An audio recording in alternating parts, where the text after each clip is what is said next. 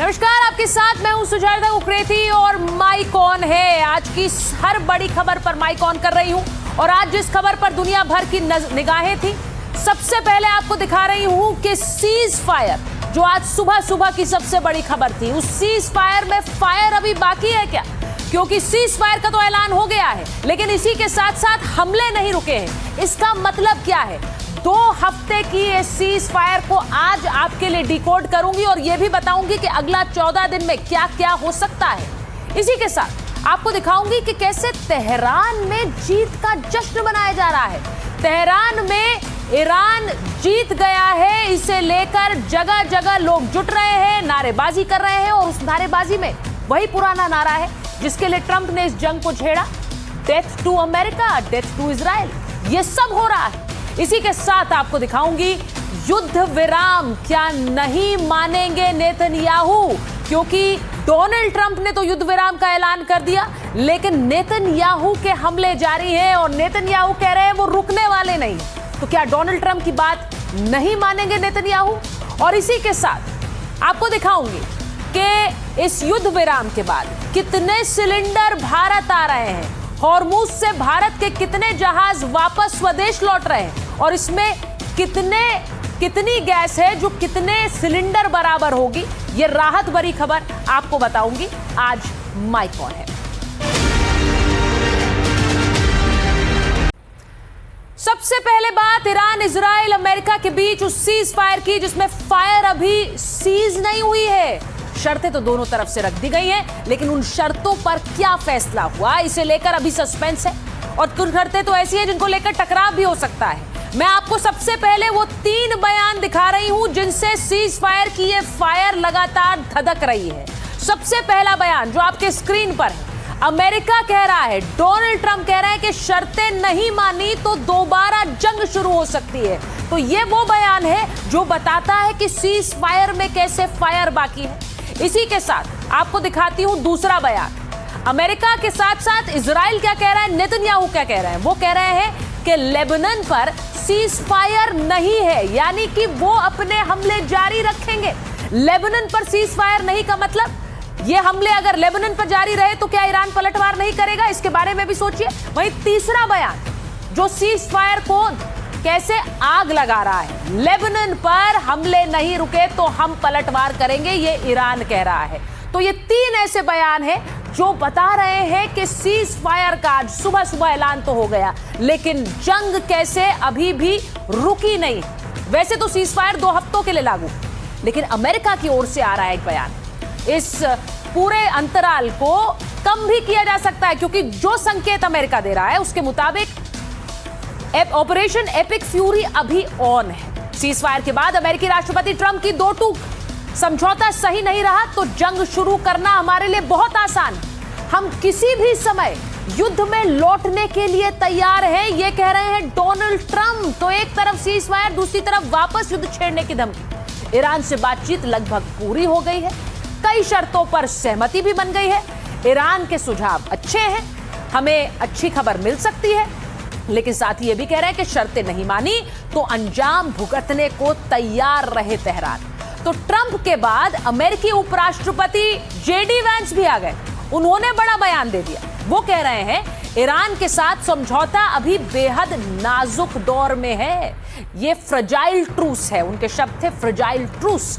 Iran के साथ युद्ध में जो हासिल करना था वो हमने कर लिया, उम्मीद है कि सीज फायर के बाद ईरान सही फैसला लेगा। तो अभी ये फैसले लेने बाकी है, शर्तों पर बातचीत बाकी है और इसी के साथ साथ धमकी भी बाकी। इधर ईरान भी पीछे नहीं हट रहा है। ईरान ने जारी किया रेस्क्यू ऑपरेशन का एक एआई वीडियो। इस ऑपरेशन का वीडियो जारी करने के पीछे कई मायने हैं। ईरान का दावा है कि अमेरिका का ऑपरेशन फेल रहा है और फेल ऑपरेशन की वजह से ही यह समझौता किया है अमेरिका ने। ईरान की कई मीडिया रिपोर्ट्स के हवाले से खबर आ रही है, ऑपरेशन का पायलट के रेस्क्यू से कोई संबंध नहीं था। ऑपरेशन का असली मकसद 440 किलो यूरेनियम था। परमाणु ठिकाने में घुसपैठ कर हमला करना ही मकसद था। जहां अमेरिका ने C-130 विमान उतारने की जगह चुनी, वो हवाई पट्टी परमाणु ठिकाने के बहुत करीब मौजूद है। ईरान कह रहा है अमेरिका को लगा कि ईरान का एयर डिफेंस कमजोर है। प्रेस टीवी ने दावा किया कि ईरानी सेना पहले से तैयार थी, ईरानी सेना अमेरिका के जवानों का इंतजार कर रही थी और अमेरिकी नेवी सील्स सीधे ईरान के बिछाए जाल में फंस गए। तो ईरान का दावा है कि हमारे जाल में फंस गया अमेरिका। ईरान जीत का दावा कर रहा है। तमाम संकेतों से साफ है कि यह लड़ाई ब्लाइंड स्पॉट पर खड़ी है, जिसके आगे ना तो किसी को कुछ दिख रहा है, ना किसी को पता है कि आगे क्या होगा। और उसकी वजह यह भी है कि सीज फायर तो हो गया, लेकिन बयानों में फायर बाकी नजर आ रही है। अमेरिका के रक्षा मंत्री पीट हेग्सेथ को सुनिए। Operation Epic Fury was a historic and operation epic fury की युद्ध क्षेत्र में एक ऐतिहासिक और अभूतपूर्व विजय हुई, एक बड़ी सैन्य विजय। एपिक फ्यूरी ने ईरान की सेना को पूरी तरह से नष्ट कर दिया और उसे आने वाले सालों तक युद्ध में अप्रभावी बना दिया। military and rendered it combat ineffective for years to come. कल रात 800 से ज्यादा हमलों की लहर में हमने ईरान के रक्षा औद्योगिक आधार को पूरी तरह से नष्ट कर दिया, जो हमारे मिशन के उद्देश्य का एक अहम मुद्दा था। बंकरों में दबे हुए उनके पास जो थोड़ा बहुत बचा है, वही उनका एकमात्र सहारा होगा। Left buried in bunkers is all they will have. ये जो IRGC वीडियो जारी कर रहा है, ये बताने की कोशिश कर रहा है कि उसके लड़ाके अभी भी तैयार हैं, हमले जारी हैं। सीज फायर के बाद ईरान पर हमले का दावा आया। लावन आइलैंड में कई बड़े विस्फोट हुए हैं और लावन आइलैंड होमोर्ज़गान प्रांत में स्थित है, यानी ईरान में होमोर्ज़गान में, जहां हॉर्मुज से 500 किलोमीटर की दूरी है। अब तेल का निर्यात और रिफाइन यहीं किया जाता है। रिपोर्ट्स के मुताबिक कुवैत में ड्रोन हमले आज हुए हैं सीज फायर के बाद, यानी सीज फायर के बाद अगर कुवैत में अभी भी हमले हो रहे हैं तो ये कैसा सीज फायर है? तेल और एनर्जी प्लांट्स को निशाना बनाया गया है, ये कुवैत का कहना है, और ड्रोन हमलों का सख्त जवाब दिया गया है, ये भी कुवैत कह रहा है। अब कुवैत का दावा 31 ड्रोन्स को मार गिराया। यूएई का भी सीज फायर के बाद हमले का दावा है, ईरान से मिसाइलों को मार गिराया गया है, ये भी यूएई ने कहा है। तो ये सीधे सीधे बताता है कि युद्ध में किसी तरह का विराम नहीं है, फुल स्टॉप नहीं है। अब तस्वीर आपको दिखा रही है ईरान के लावन आइलैंड की, जहां पर ईरान दावा कर रहा है हमारी तेल रिफाइनरी में आग लगी है। ये ईरान की बड़ी तेल रिफाइनरी, जहां एक के बाद एक बड़े धमाके हुए हैं। जरा सुनिए।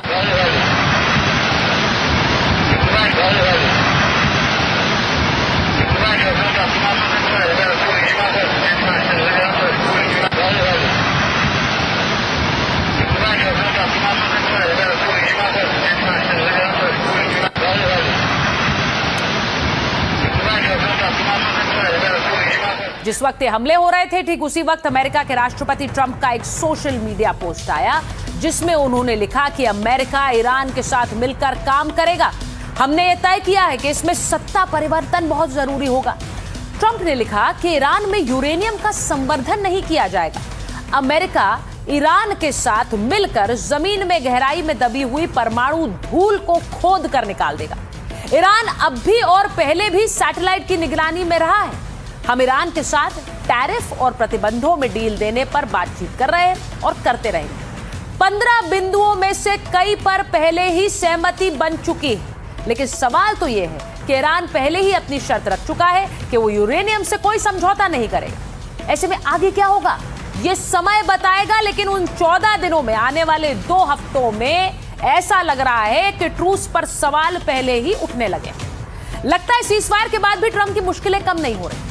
पहले उन पर युद्ध खत्म करने का दबाव था और अब सीज फायर के बाद भी उनकी मुश्किलें बढ़ी। डोनाल्ड ट्रंप के खिलाफ अमेरिका में भारी विरोध, महाभियोग लाकर ट्रंप को हटाने की मांग तेज हो गई है। रिपोर्ट्स के मुताबिक 85 कांग्रेस सदस्यों ने मांग रखी है।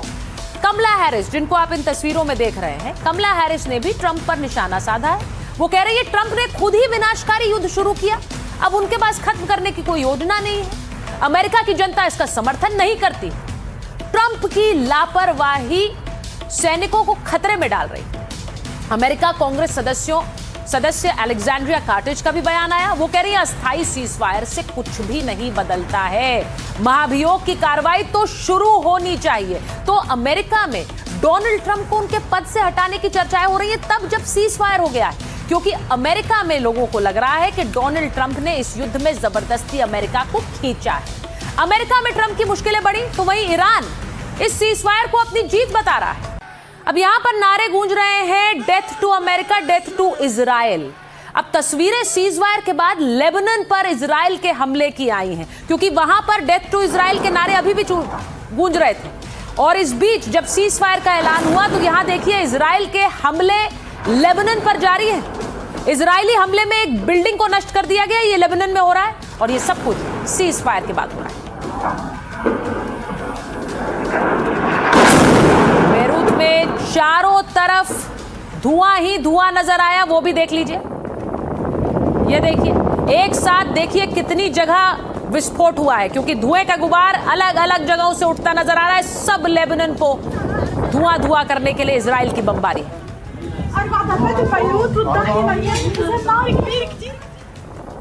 और एक और आपको तस्वीर दिखाती हूं, यही वो तस्वीर है जिसके लिए अब ईरान कह रहा है कि लेबनान में अगर धमाका करेंगे तो ये सीज फायर कैसी है। ये देखिए पूरी बिल्डिंग तबाह हो गई, ये इजरायली हमले में हुआ।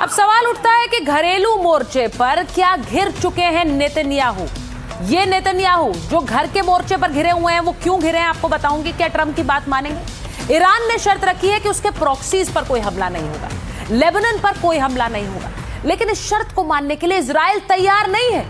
नेतन्याहू ने कहा कि वो सीज फायर का समर्थन करते हैं, बशर्ते ईरान हॉर्मूज को फिर से खोल दे और हमले बंद कर दे। लेकिन नेतन्याहू का कहना है कि ये युद्ध विराम लेबनान पर लागू नहीं होता है। ऐसे में सवाल है कि युद्ध विराम कितने दिन टिक पाएगा, क्योंकि नेतन्याहू का मानना है कि ईरान हमले नहीं रोकेगा। ईरान से खाड़ी देशों को खतरा है। ईरान इस खतरे को तब तक बनाए रखेगा जब तक उसके पास यूरेनियम। तो क्या नेतन्याहू डोनाल्ड ट्रंप की सीज फायर को मानेंगे।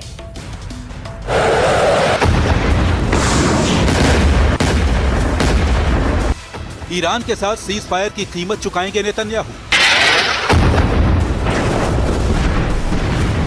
क्या सीज फायर से बढ़ेंगी नेतन्याहू की मुसीबतें। क्या युद्ध में सीज फायर नेतन्याहू पर बैकफायर करेगा। अमेरिकी राष्ट्रपति ट्रंप ने अचानक ही ईरान के साथ सीज फायर का ऐलान कर सबको चौंका दिया, लेकिन यह फैसला इजराइल के लिए बड़ा झटका साबित हुआ, क्योंकि एक तरफ तो ईरान और उसके प्रॉक्सी संगठन जीत का संदेश दे रहे हैं, तो दूसरी तरफ नेतन्याहू पर सवाल उठ रहे हैं। लोग पूछ रहे हैं कि आखिर इस युद्ध में हासिल क्या हुआ है।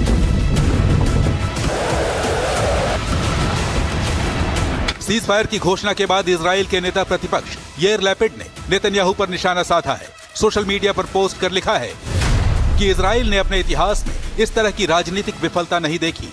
आरोप लगाया कि यह इजराइल की जनता का अपमान है। इजराइल उन फैसलों के टेबल पर मौजूद ही नहीं था जो हमारी राष्ट्रीय सुरक्षा से जुड़े थे। इजरायली प्रधानमंत्री ने इस युद्ध को लेकर जितने भी लक्ष्य तय किए थे उनमें से एक को भी हासिल नहीं कर पाए। नेतन्याहू की अहंकारपूर्ण और लापरवाही वाली योजना की वजह से जो नुकसान हुआ उसे ठीक करने में कई साल लग जाएंगे। हालांकि लिपिड ने इजरायली सेना की तारीफ की, कहा कि सेना ने तो अपना काम पूरा किया, इजरायली जनता ने भी मजबूती दिखाई है, लेकिन नेतन्याहू राजनीतिक और रणनीतिक रूप से पूरी तरह फेल साबित हुए।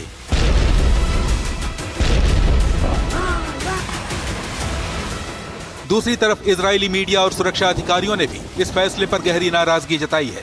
इजराइल के चैनल 12 ने खबर दी कि ईरान ने सीज फायर समझौते में लेबनान को भी शामिल करने पर जोर दिया है, जिसे इजराइल बिल्कुल स्वीकार नहीं करना चाहता है।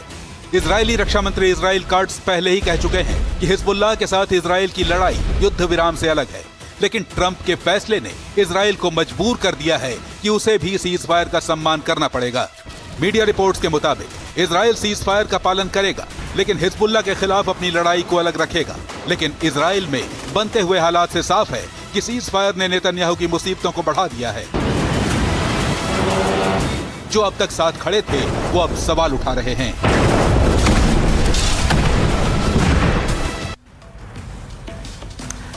अब सबसे बड़ा सवाल यह है कि क्या हॉर्मूज खुल गया है, क्योंकि ईरान कह रहा है हमारा दबदबा रहेगा, ट्रंप कह रहे हैं कि हॉर्मूज खुल गया है। सवाल यह है कि डोनाल्ड ट्रंप की अगर धमकी फिर से आ रही है और जेडी वैंस कह रहे हैं कि हमने अभी भी ईरान को अपनी मुट्ठी में जकड़ा हुआ है, तो फिर जीत किसकी, हार किसकी।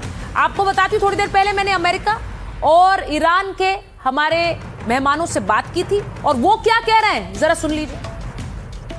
हमारे साथ ईरान से नजर अब्बास रिजवी साहब जुड़ रहे हैं और अमेरिका से डॉक्टर धीरज कौल जुड़ रहे हैं। मैं सबसे पहले धीरज जी के पास जाऊंगी। धीरज जी, सीज फायर हो गया, लेकिन सीज फायर के बाद ईरान में जश्न चल रहा है। ईरान कह रहा है हम जीत गए हैं, ईरान कह रहा है अभी भी डेथ टू अमेरिका, वहां पे नारेबाजी हो रही है। जी हाँ, देखिए IRGC का कंट्रोल अभी भी वहाँ स्ट्रांग है और मीडिया प्रोपेगेंडा चल रहा है। मुझे लगता है इसमें बहुत कुछ डॉक्ट्रिन वीडियोस दिखेंगे, AI जनरेटेड दिखेंगे और लोग भी जो आ रहे हैं, मत भूलिए कि IRGC की अभी भी आयरन ग्रिप और कंट्रोल है वहाँ पे, और बाहर से भी मिलिशिया बनाया गया है टू कंट्रोल कॉमन पीपल। लेकिन ये actually I welcome this truth because एक रे ऑफ होप है, क्योंकि सबसे ज्यादा नुकसान इसमें एक कॉमन ईरानियन का हो रहा था, उसके बाद जो गल्फ के रहने वाले हार्ड वर्किंग लोग हैं उनका हो रहा था। वॉर में आज तक किसी का भला नहीं हुआ है। ओवरऑल एक वेलकमिंग स्टेप है, पर ये प्रोपेगेंडा वॉरफेयर भी है साथ में, आप देख रही हैं, तो I will take it with a pinch of salt जो आप ये देख रहे हैं। आप कह रहे हैं कि ये प्रोपेगेंडा है, लेकिन मैं एक बात ये पूछना चाहती हूँ रिजवी साहब से। रिजवी साहब, जब पीट हेग्सेथ ये कहते हैं कि अमेरिका की मुट्ठी में है ईरान की किस्मत, वो अभी भी ये आपको बता रहे हैं कि आप उनके शिकंजे में हैं, तो क्या ये सीज फायर चल पाएगा? मैं कह रहा हूँ कि अभी जो धीरज साहब ने बात कही कि आवाम पब्लिक और IRGC के पीछे डिस्कनेक्ट है, इससे समझ में आ गया कि धीरज साहब बहुत मजबूरी में इस डिबेट में आ रहे हैं। उनको बिल्कुल भी अपडेट नहीं है ईरान में चल क्या रहा है। मैं आपके माध्यम से और मुख्तलिफ चैनल्स पे बात बताता रहा हूँ, वीडियोस भी शेयर करता रहा हूँ कि पिछले 40 दिनों से पूरी तरह से ईरान की पब्लिक सड़कों पे है, IRGC गवर्नमेंट और निजाम के सपोर्ट में है, कोई भी यहाँ पे डिस्कनेक्ट नहीं है। अगर डिस्कनेक्ट कहीं है तो वो ट्रम्प और उनके एडमिनिस्ट्रेशन में है। उन्होंने जनरल्स को निकाल दिया, उनका मीडिया कुछ और कह रहा है, CIA FBI कुछ और कह रही है और उनके जो मिनिस्टर हैं वो कुछ और कह रहे हैं। इसलिए उनकी किसी भी बात को सीरियस नहीं लिया जा सकता है। साथ साथ उन्होंने कहा कि एनर्जी डिस्ट्रप्शन हो जाएगा, तो क्या ये बात पहले से यूएस को नहीं पता थी कि अगर जंग हुई, अगर अटैक किया गया ईरान के ऊपर तो स्ट्रेट ऑफ हॉर्मुज बंद होगा, बाब मंदब बंद होगा? तो पहले से बातें सब क्लियर थी, लेकिन इतने अपरिपक्व हैं ट्रम्प कि किसी दूसरे के कहने पे, ट्रम्प के कहने पे उन्होंने ईरान के ऊपर हमला शुरू किया और पूरी दुनिया को एक एनर्जी संकट के अंदर ढकेल दिया। अभी भी ये बयानबाजी जो हेग्सेथ की आ रही है कि हमने गर्दन से पकड़ रखा है, फना कर रखा है, इससे समझ में आता है कि अभी भी इनको कायदे से समझ में नहीं आ रही है कि पर आप लोग तो कह रहे हैं ईरान कह रहा है हम जंग जीत गए। इनके 13 से 14 जो इनके बेसेस है पूरी तरह से खत्म हो चुके हैं। इनका मिसाइल इंटरसेप्शन जो सिस्टम है तबाह हो चुका है, राडार तबाह हो चुके हैं, आयरन डोम तबाह हो चुका है, इनके इंटरेस्ट बैंकिंग हो चाहे, इसीलिए आप लोग कह रहे हैं कि हम ये जंग जीत गए। रिजवी साहब, ईरान जो कह रहा है सड़कों पर उतर कर, इस पर कोई भरोसा कर रहा है क्या कि ईरान ये जंग जीत गया और अमेरिका हार गया? आप देखिए, बिल्कुल जीत गया है। इस जंग को शुरू करने का सबसे बड़ा हदफ था कि तख्ता पलट कर देंगे, लेकिन आज जो कंडीशन है, इतनी ज्यादा स्ट्रांग है ईरान की हुकूमत, इसका इतना ज्यादा सपोर्ट है। कल ट्रंप ने कहा कि हम 10 गुना ज्यादा हमला कर देंगे, सिविलाइजेशन बर्बाद कर देंगे। दो बराबर पब्लिक जो है सड़कों पे उतर रही, अपने एनर्जी सेक्टर्स के ऊपर उन्होंने ह्यूमन चेन बनाना शुरू किया। इतना ज्यादा कनेक्ट है यहाँ की पब्लिक अपनी हुकूमत के साथ, और जिस तरह से बैकआउट किया है, बार बार यूटर्न मारते रहे, एक ट्वीट कुछ डाला फिर कुछ डाला, आखिर में आके पूरी तरह से सरेंडर हुए हैं ईरान की 10 शर्तों के ऊपर। ईरान में नेशनल सिक्योरिटी काउंसिल का स्टेटमेंट जरूर सबको पढ़ना चाहिए। मैं एक बार धीरज जी से पूछ लेती। धीरज जी, 10 शर्तें क्या मान ली है या इन पर बात होनी है अभी? जी, इनके ऊपर बात होनी है अभी तो मेन जो हमारा मुद्दा था कि हरमुज को खोला जाए, वर्ल्ड स्टैग्फ्लेशन की तरफ ना घुसे, और साउथ ईस्ट एशियन कंट्रीज जो कि फॉसिल फ्यूल पे पूरी डिपेंडेंट है, हरमुज और रेड सी के थ्रू आते हुए, उनके इकोनॉमी पे थोड़ा ज़्यादा फर्क ना पड़े, क्योंकि यहाँ पे भी हमारे बहुत बड़े इंटरेस्ट हैं। लेकिन मैं बहुत फैसिनेटेड हूँ, जैसी स्टोरी आपके एक्सपर्ट वहाँ से बुन रहे हैं उसमें मुझे लगता है इनका ही बहुत बड़ा डिस्कनेक्ट है। आप देखिए, हिंदी में बोलते हैं क्या, हाथ कंगन को आरसी किया, सॉर्ट ऑफ थिंग। आप कुछ हफ्ते रुक जाइए, आपको रियल वीडियोस वहाँ की जब रिपोर्टिंग दिखेगी, जब वहाँ पे इंटरनेशनल मीडिया जाके दिखाएगा कि क्या क्या मिलिट्री इंस्टॉलेशन पे डैमेज हुआ है और जो पब्लिक का डैमेज हुआ है, I am totally against it. ये डेफिनेटली वॉर क्राइम की श्रेणी में आ सकता है। मैं खुद इस टाइम कैलिफोर्निया सिलिकॉन वैली से हूँ। बहुत बड़ा प्रेशर है ट्रंप के खिलाफ कि ऐसे स्टेटमेंट आप क्यों देते हैं, क्योंकि इससे अमेरिका की साख को फर्क पड़ता है, इसमें कोई दो राय नहीं है। He is not a seasoned politician, वो बोलते पहले हैं और वो बाद में डैमेज कंट्रोल होता है। लेकिन इसके बावजूद मैं ये बोल सकता हूँ कि ये कहीं से भी आपको अमेरिका की शिकस्त या ईरान की, लेकिन क्या हॉर्मुज खुल गया? क्या हॉर्मुज खुल गया? क्या वहां रेजिम चेंज हो गया? आप तो अभी भी अराक्ची साहब से ही बात कर रहे हैं, पेजेश्किन साहब से ही बात कर रहे हैं। जी हाँ, हार्मुज के का खुलना इज द फर्स्ट कंडीशन, वो खुलेगा ही मुझे लगता है अगले 24 से 48 घंटे में। और जो आपने एक बड़ा इंपॉर्टेंट पॉइंट उस टाइम बोला था, टेक्निकल डिफिकल्टीज, आप जानती हैं वो टेक्निकल डिफिकल्टीज क्या है? इतनी ज्यादा माइन बिछा रखी है कि वहां की नेवी को ही एस्कॉर्ट करना पड़ेगा एक शिप। तो अगर एक टाइम में 8-10 शिप जा सकते हैं तो इस टाइम कुछ गिने चुने शिप गुजर सकते हैं ताकि माइन डेटोनेट ना हो। और इस बीच जो बड़ी खबर आ रही है वो भी ये बता दूं कि इजरायली वायुसेना का लेबनान की राजधानी बेरूत पर बड़ा हमला है। बेरूत के कोला इलाके पर भीषण हवाई हमला। आप सोचिए, नेतन्याहू नहीं रुक रहे हैं। ये पूरा जो सीज फायर युद्ध विराम हुआ है उसमें इजराइल पर ऐसा लग रहा है ये लागू नहीं है। रेड क्रॉस के मुताबिक इस हमले में 80 लोगों की मौत हो गई है जबकि 200 से ज्यादा लोग घायल हैं। हमले के बाद हर ओर तबाही का मंजर है। बेरूत में पड़े पैमाने पर राहत और बचाव अभियान चल रहा है। लेकिन आप सोचिए, सीज फायर में इजराइल शामिल नहीं, बल्कि इजराइल में नेतन्याहू के विरोध में जो विपक्ष के नेता हैं वो कह रहे हैं कि आपको तो बुलाया भी नहीं सीज फायर के लिए, आपको तो इस समझौते में शामिल भी नहीं किया। तो सोचिए, इस वक्त इजराइल इस सीज फायर को नहीं मान रहा है और वो अपने हमले जारी रखे हुए है।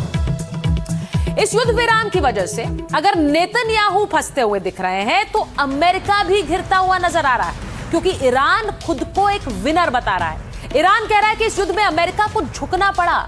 ईरान की सुप्रीम नेशनल सिक्योरिटी काउंसिल दावा कर रही है कि ईरान ने अपने लगभग सारे लक्ष्य हासिल कर लिए हैं, जबकि दुश्मनों को ऐसी नाकामी मिली है जो इतिहास में दर्ज हो गई।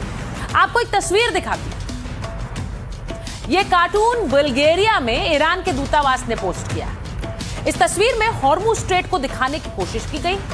ईरान का हाथ ट्रंप की गर्दन पर है और यह मैसेज देने का प्रयास है कि ट्रंप स्ट्रेट ऑफ हॉर्मुज में फंस गए हैं। कैप्शन में क्या लिखा हुआ है? ट्रंप नाउ, यानी अब ट्रंप की यह हालत है। ट्रंप का यह कार्टून सोशल मीडिया पर वायरल हो रहा है। ईरान यह दिखाने की कोशिश कर रहा है कि जिस अमेरिका को सर्वशक्तिमान समझा जाता था उसे हमने झुका दिया है। तो यह तस्वीर सोशल मीडिया पर वायरल। अब जब युद्ध खत्म होता है तो एक जीतता है, दूसरे की हार होती है। अमेरिका, इजराइल और ईरान की जंग अभी खत्म नहीं हुई है, सिर्फ 2 हफ्तों का युद्ध विराम हुआ है। फिर सवाल यह है कि ईरान अपनी जीत का दावा कैसे कर रहा है, खुद को जंग का बाजीगर क्यों बता रहा है, यह भी समझिए। दरअसल यह ईरानी शासन के लिए अस्तित्व की लड़ाई बन चुकी थी, लेकिन वो अमेरिका और इजराइल से 40 दिन लड़ा और बच भी गया। जो ट्रंप ईरान को मिटाने की धमकी दे रहे थे वो सीज फायर के लिए राजी हो गए। इसके बाद ईरान की राष्ट्रीय सुरक्षा परिषद ने इसे अपनी ऐतिहासिक जीत बता दिया। ईरानी सुरक्षा परिषद ने यह भी कहा कि दुश्मन को हमारे आगे झुकना पड़ा है। यह भी कहा कि उसने अमेरिका की किसी डेडलाइन को कभी महत्व नहीं दिया है। सोचिए, ईरानी सुरक्षा परिषद ने दावा किया कि अमेरिका ने युद्ध रोकने की भीख मांगी थी। भीख, सोचिए, ईरान कह रहा है कि हमसे भीख मांगी, हमने भीख दे दी। भारत में ईरान के दूतावास ने कहा कि ईरान ने सीज फायर अपनी शर्तों पर किया है। भारत में ईरान के दूतावास ने यह भी दावा किया कि एडजस्टमेंट तेहरान ने नहीं, वॉशिंगटन ने किया है, क्योंकि ईरान पहले ही अमेरिका की 15 शर्तें खारिज कर चुका है। तो ईरान अब अपने लिए जो दावे कर रहा है, क्या डोनाल्ड ट्रंप इन्हें हजम कर पाएंगे? जो बात ईरान कह रहा है वही बात पश्चिम की मीडिया कह रही है, यानी वेस्टर्न मीडिया। आपको एक तस्वीर दिखा रही, ब्रिटेन से पब्लिश होने वाला द न्यू स्टेट्समैन मैगजीन का कवर पेज है, जिस पर बड़े फॉन्ट में लिखा है the fall, how Donald Trump destroyed the American empire. यानी कि इस पर तीर से घायल होकर जमीन पर पड़े बाज की तस्वीर भी लगी है और यह बताया जा रहा है, ट्रंप की तस्वीर नहीं है, लेकिन उसका जो टाइटल है उसमें लिखा हुआ है कि कैसे डोनाल्ड ट्रंप ने अमेरिका को खत्म कर दिया। यहां भी यही संदेश देने की कोशिश की जा रही है कि अमेरिका युद्ध हार गया है और ईरान असली विनर सामने आया है। ईरान ने अमेरिका के सामने बातचीत से पहले जो 10 शर्तें रखी वो भी कुछ ऐसा ही मैसेज दे रहे हैं। मैं आपको बता दूं, अमेरिका का कहना है कि इन 10 शर्तों पर अभी बात होनी है, ये मान नहीं ली हमने। तो ईरान पर कोई हमला नहीं होगा, ये पहली शर्त है। अमेरिका आक्रामकता नहीं दिखाएगा, ये दूसरी शर्त है। शर्त यह भी है कि स्ट्रेट ऑफ हॉर्मुज पर पूरी तरह ईरान का कंट्रोल बना रहेगा। अब डोनाल्ड ट्रंप तो कह रहे थे स्ट्रेट ऑफ हॉर्मुज खुल गया है। शर्त यह भी है कि ईरान को यूरेनियम एनरिचमेंट का भी अधिकार रहेगा, यानी वो यूरेनियम संवर्धन करता रहेगा, यह भी है एक शर्त। अमेरिका ईरान पर लगाए गए सारे प्रतिबंध हटाएगा। अमेरिका ईरान से सारे सेकेंडरी प्रतिबंध भी हटाएगा। ये वो प्रतिबंध है जो अमेरिका ईरान से कारोबार करने वाले दूसरे देशों पर लगाता है, यानी सैंक्शंस लगाता है दूसरे देशों पे। उनसे कहता है कि आप भी इस देश के साथ कोई व्यापार नहीं करेंगे क्योंकि हमने इसे सैंक्शन कर रखा है, तो वो भी हटेंगे। ये ईरान की मांग है। संयुक्त राष्ट्र भी ईरान के खिलाफ सारे प्रस्ताव वापस लेगा और ईरान के खिलाफ IAEA के प्रस्ताव खारिज किए जाएंगे। युद्ध में ईरान का जो भी नुकसान हुआ है उसकी भरपाई की जाएगी और अमेरिका को इस क्षेत्र से सारे सैनिक हटाने होंगे। अब अगर ये सारी शर्तें अमेरिका मान रहा है तो वो जो कुछ लेकर आया वो वापस क्या ले जा रहा है? शर्त यह भी है कि लेबनान और दूसरे मोर्चे पर हमले पूरी तरह से रोके जाएंगे। यानी इस जंग के चलते तो ईरान अगर ये सारी शर्तें मनवा ले तो ईरान तो विन विन सिचुएशन में है। पूरी तरह से अपने पहले के प्रतिबंध भी हटवा लिए, आगे भी कंट्रोल ले लिया अगर अमेरिका इसे मानता है। यानी ईरान अपनी शर्तों से 1 इंच भी पीछे नहीं हटा है। कमोवेश उन्हीं शर्तों पर कायम है जो उसने पहली बार 12 मार्च को रखी थी। ईरान की तरफ से रखी गई शर्तों में यूरेनियम संवर्धन के हक की मांग भी है। अमेरिका को यह मांग सबसे ज्यादा खटक रही है। यह शर्त पूरे सीज फायर को खटाई में भी डाल सकती है, लेकिन ईरान के तेवर कड़े हैं। वो अमेरिका को एक एक बात का जवाब दे रहा है। मैं आपको ये जो तस्वीर दिखा रही हूं, ये क्यों दिखा रही हूं? क्योंकि भारत में जो ईरानी दूतावास है उसने इसको पोस्ट किया। AI से बनाई गई इस तस्वीर में, तस्वीर दिखाइए जरा। AI से बनाई गई इस तस्वीर में ईरान के सबसे महान शासक साइरस द ग्रेट की मूर्ति है, जिसके आगे ट्रंप सिर झुकाकर बैठे हुए हैं। ये तस्वीर देखिए। इस पोस्ट के साथ लिखा गया है bow down to the Iranian civilisation, यानी ईरानी सभ्यता के आगे नतमस्तक हो जाएं। दरअसल युद्ध विराम से पहले ट्रंप 48 घंटे की डेडलाइन देते वक्त ईरानी सभ्यता को मिटाने की बात उन्होंने कही थी। यह उसी का जवाब है। तो सवाल यह है कि जगह जगह ईरान के दूतावास भी डोनाल्ड ट्रंप का मजाक बना रहे हैं और उन पर तंज कस रहे हैं और खुद को विजेता बता रहे हैं। अमेरिका ने इस युद्ध पर हर सेकंड 11 लाख रुपए फूके हैं। 11 लाख रुपए हर सेकंड, और 40 दिन के बाद सीज फायर पर उसे आना पड़ा। सवाल सबसे बड़ा क्या है?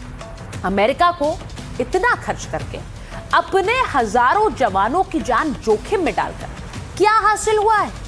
इसका लेखा जोखा करें तो अमेरिका घाटे में ही दिखाई देता है। अमेरिका ने क्या कहा था और हुआ क्या है, यह जरा देख लीजिए। अमेरिका ने कहा था कि वो निर्णायक जीत हासिल करे, लेकिन इसके इतने भीषण युद्ध के बाद भी स्पष्ट जीत नहीं मिली। अमेरिका ने कहा था कि वो ईरान का यूरेनियम छीन लेगा, लेकिन क्या वो ऐसा कर पाया? बल्कि उल्टा ईरान कह रहा है कि हमें तो संवर्धन की इजाजत मिलेगी, जो 10 पॉइंट चार्टर उसने रखा है। अमेरिका अपनी पसंद के लोगों को ईरान की सत्ता सौंपना चाहता था। वो कह रहा था रिजीम चेंज। उसने ईरान की टॉप लीडरशिप खत्म कर दी है, लेकिन अंजाम यह हुआ कि पहले से भी ज्यादा हार्ड लाइनर सत्ता में आ गए। वो बात किससे कर रहे हैं? इराकची से। बात किससे कर रहे हैं? राष्ट्रपति पेजेश्किन से। तो सत्ता चेंज कहां हुआ? ट्रंप को लग रहा था कि वो हॉर्मुज को जबरन खोलने में कामयाब रहेंगे, लेकिन ईरान के आगे वो मजबूर हो गए हैं। अब क्या हॉर्मुज खुलेगा? अभी आपने मेरे ईरान के मेहमान से सुना, उन्होंने कहा कि ईरान हॉर्मुज को कंट्रोल करेगा, ये हमारी सबसे बड़ी शर्त है। आगे शर्त क्या रखी? अमेरिका को लग रहा था कि युद्ध 2-4 दिन में खत्म हो जाएगा, जल्दी खत्म हो जाएगा। इसी उम्मीद में वो डेडलाइन पर डेडलाइन बढ़ाते गए और लड़ाई उम्मीद से लंबी खिंचती चली गई। सोचिए, ट्रंप को लग रहा था कि युद्ध में नाटो उनका साथ देगा, लेकिन उनके यूरोपीय सहयोगियों ने तो साथ छोड़ दिया। अब नाटो तो बिखराव के कगार पर पहुंच गया और डोनाल्ड ट्रंप कई बार कहते हैं ये कागजी शेर है, सब पेपर लाए, हमें नहीं चाहिए इसकी जरूरत, हम इससे अलग हो जाएंगे। उनके डेप्यूटी भी यही बात कह रहे हैं। ट्रंप ईरान के खिलाफ अरब देशों को लामबंद करने में नाकाम रहे, ये भी एक सच है, क्योंकि जॉर्डन, कतर और ओमान जैसे देशों ने कह दिया कि वो ईरान पर हमले के लिए अपने बेस नहीं देंगे। ये भी एक हकीकत है। अमेरिका के कई अजेय समझे जाने वाले फाइटर जेट्स ईरान ने मार गिराए। इसका नुकसान उसके हथियार कारोबार को हो सकता है। ट्रंप को लग रहा था कि ईरान की इस्लामिक सत्ता को तोड़ देंगे, लेकिन अब उन पर अपने ही देशों के लोग वॉर क्राइम का आरोप लगा रहे हैं। अभी मैंने आपको दिखाया था कि कैसे उन पर वहां मुकदमा चलाने की बात हो रही है। वहां के सांसद ये बात कह रहे हैं कि वॉर क्राइम किया है इन्होंने, यानी कि युद्ध अपराध डोनाल्ड ट्रंप ने किया है। तो जरा सोचिए कि कौन जीता है इस जंग को, किसने अपने ऑब्जेक्टिव हासिल किए हैं। यही वजह है कि अमेरिका की मीडिया भी ट्रंप के खिलाफ दिखाई दे रही है। आपको वहां के कुछ अखबारों की मैं सुर्खियां यानी हेडलाइंस दिखाती हूं। अमेरिका के अखबारों में आज क्या छपा है। आपने अपने देश के तो अखबार देखे, आज बहुत से लोग सीज फायर का इंतजार कर रहे थे कि डोनाल्ड ट्रंप कोई हमला करेंगे कि नहीं। वहां पर अमेरिका के प्रमुख अखबार क्या कह रहे हैं। द न्यूयॉर्क टाइम्स ने क्या लिखा। न्यूयॉर्क टाइम्स ने लिखा कि दोनों तरफ से जीत के दावे, युद्ध विराम बेहद नाजुक। ये वो युद्ध विराम को बेहद नाजुक कह रहे हैं। वॉशिंगटन पोस्ट ने क्या लिखा है, ये वहां का एक प्रमुख अखबार है, वो कह रहा है ईरान की मांगे समंदर में अमेरिकी प्रभुत्व के लिए ये खतरा है। अमेरिकी प्रभुत्व के लिए खतरा यानी कि अमेरिका में जो अमेरिकी सुप्रीमेसी है वो बहुत बड़ा खतरा बन गई है। अब CNN भी युद्ध विराम को नाजुक बता रहा है। वो कह रहा है नाजुक युद्ध विराम के बीच बातचीत की तैयारी। मतलब युद्ध विराम को कोई बहुत गंभीरता से ले नहीं पा रहा है क्योंकि उन्हें लग रहा है हमले फिर से होंगे। ABC न्यूज कह रहा है अमेरिका ईरान युद्ध विराम ने सहयोगियों को अधर में छोड़ा है, यानी कि बीच में छोड़ दिया है, पता नहीं क्या होगा। ब्लूमबर्ग यह आशंका जता रहा है कि क्या ट्रंप की रियायतें तेहरान की महत्वाकांक्षाएं बढ़ा देंगी। रियायतें यानी उसका कहना है कि अमेरिका उन्हें रियायत दे रहा है और इससे ईरान का मनोबल बढ़ेगा, वो और ज्यादा शर्तें रखेगा। तो अमेरिका में और अमेरिका के प्रमुख अखबारों ने इसे अमेरिका की जीत नहीं बताया बल्कि अधर में लटका हुआ एक सीज फायर है जो कभी भी टूट सकता है, कभी भी खत्म हो सकता है।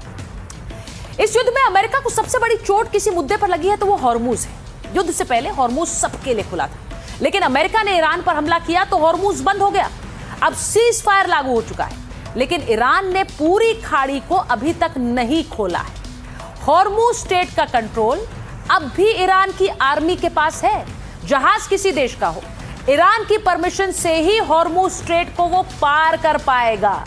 अब आपको बताती हूं, युद्ध विराम की ईरान की शर्तों में हॉर्मुज का खास तौर पर जिक्र है। ईरान ने कहा है कि वो हॉर्मुज का कंट्रोल नहीं छोड़ेगा। खबरें ऐसी भी आ रही हैं कि ईरान अब हॉर्मुज में ट्रांजिट फीस की वसूली करेगा। ट्रांजिट यानी कि जिसकी भी आवाजाही होगी वो ये फीस ईरान को देगा।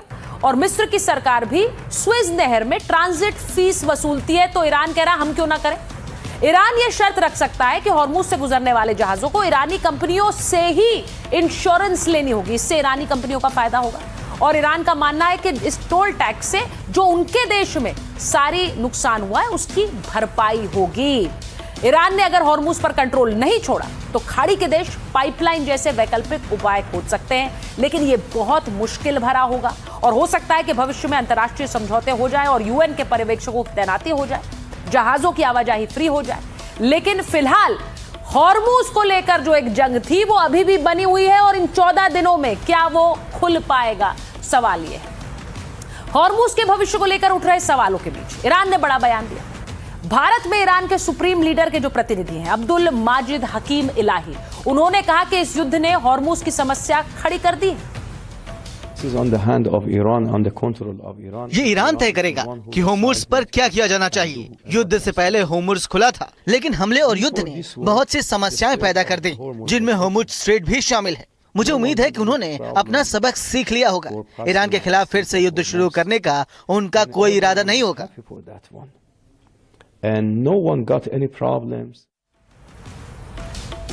और मैं इस बीच जब हम हॉर्मुज की बात ही कर रहे हैं तो बड़ी खबर आपको बता दूं कि ईरान ने फिर से हॉर्मुज स्ट्रेट बंद कर दिया है।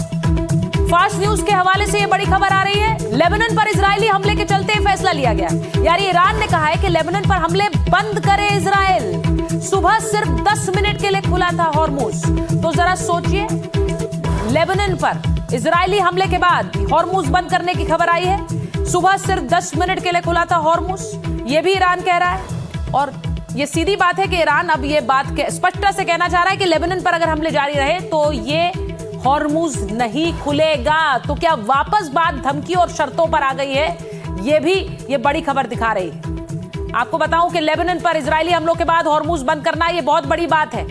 अगर हॉर्मुज बंद हो गया, फास्ट न्यूज के हवाले से बड़ी खबर आ रही है, तो ये पूरा सीज फायर धराशायी हो जाएगा। मैं आपको ये बता दूं, हमारे सहयोगी नसीर मसूदी जुड़ रहे हैं इस वक्त। नजीर, ये खबर आ रही है कि ईरान ने हॉर्मुज स्ट्रेट फिर बंद कर दिया है। वो कह रहा है अगर लेबनान पर हमले हुए तो हम नहीं खोलेंगे इसे। देखिए, हॉर्मुज सबसे बड़ा प्रेशर पॉइंट है और प्रेस्टीज पॉइंट है। ईरान के लिए प्रेशर पॉइंट है और ट्रंप के लिए प्रेस्टीज पॉइंट बन गया था। हकीकत ये थी हारमुज इस जंग से पहले खुला था, किसी को नहीं इसकी लगी थी हारमुज खुला है या बंद है। जंग ने बंद कराया, नहीं कि जंग से खुल रहा है। तो अब जब ये है कि सीज फायर हुई, जो मीडिएटर है पाकिस्तान, उसका प्रधानमंत्री भी कह रहा है कि नहीं लेबनान सीज फायर में शामिल है, लेकिन इजराइल कहता है ये सीज फायर में शामिल नहीं है, इससे यह सीज फायर नहीं ये बहुत बड़ी तो खबर है। मैं इससे अपने कहता है कि दर्शकों को ceasefire बताऊं, लेबनान- नसीम मसूदी इस वक्त लेबनान में ही है और वो ये तस्वीरें भी हमें भेज रहे हैं जो इस वक्त आपकी स्क्रीन पर है। लेबनान में हमले जारी हैं। मैंने आपको दिखाया कि इस सीज फायर में नेतन्याहू शामिल नहीं हो रहे। नेतन्याहू ने कह दिया है कि उनके हमले लेबनान पर जारी रहेंगे। ऐसे में नेतन्याहू सीज फायर से आउट है, नेतन्याहू लेबनान पर हमले कर रहे हैं। उसका असर यह कि ईरान गुस्से में है और ईरान अब यह कह रहा है कि वो हॉर्मुज स्ट्रेट को बंद कर देगा। अगर हॉर्मुज बंद हुआ तो इसका सीधा मतलब यह है कि यह सीज फायर खत्म हो जाएगी, क्योंकि हॉर्मुज सबसे महत्वपूर्ण पॉइंट इस सीज फायर का था। अगर हॉर्मुज ईरान ने ब्लॉक कर दिया, बंद कर दिया, तो सोचिए कि इस सीज फायर के धराशायी होते चंद मिनट लगेंगे। माइक ऑन है। मैं आज के लिए इतना ही। कल आपसे फिर मुलाकात होगी रात 8 बजे।